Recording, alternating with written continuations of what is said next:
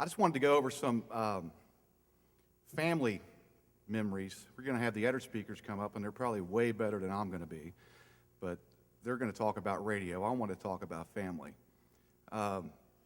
There's a lady back in the mid-'70s. She called into a radio show. She talked to the radio announcer, the DJ at that point. He talked her out of her phone number. He called her back. They dated. 3 weeks later, they were married. So then the journey began for me. And it's been a long journey to a lot of different places. I can remember the first memory that I have of me being announced on the radio. We were still living here in Cincinnati. I'd snuck down by Dad's bed, found some magazines. Of course, he said he read them. He had them to read the articles. I got them because I wanted to look at the pictures. Of course, Mom automatically calls him because he's working, and he announces it to all of Cincinnati that his son's looking at his Playboy magazines. So that was pretty interesting. The next memory that I really do remember is when we lived in Kansas City, and Randy will probably remember this. Dad decided he was going to become a motocross rider. Some kind of publicity stunt, I'm sure, in order to get more people to listen to his show. He didn't make it over the first hill, and he wrecked.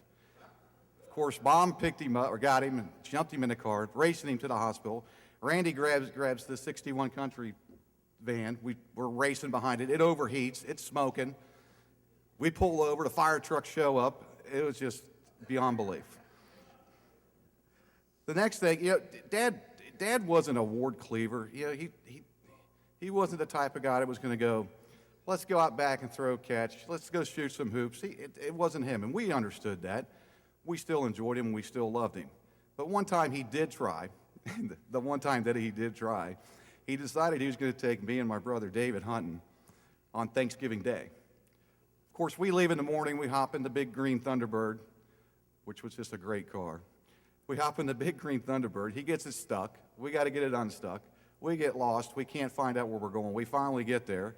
We traipse through the woods all day, and we get back late. Of course, you know what happened from there. My mother was standing at the top of the stairs yelling at us, saying, "Why aren't you back? Why did you guys take so long?" Of course, they had a big fight and made up, and then everything was good. I can always remember trying to be like him, though.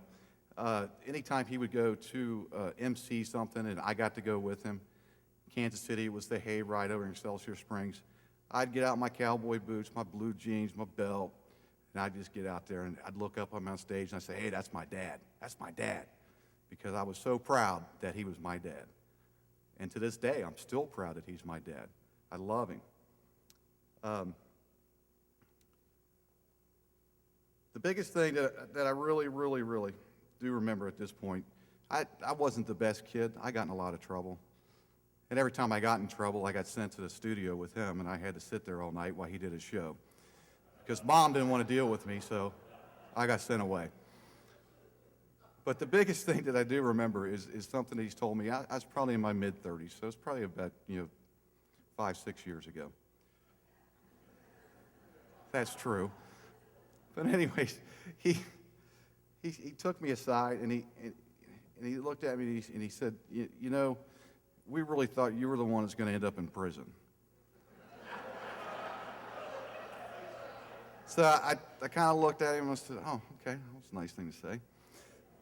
But then he goes, I think of you as my own flesh and blood, as my own son.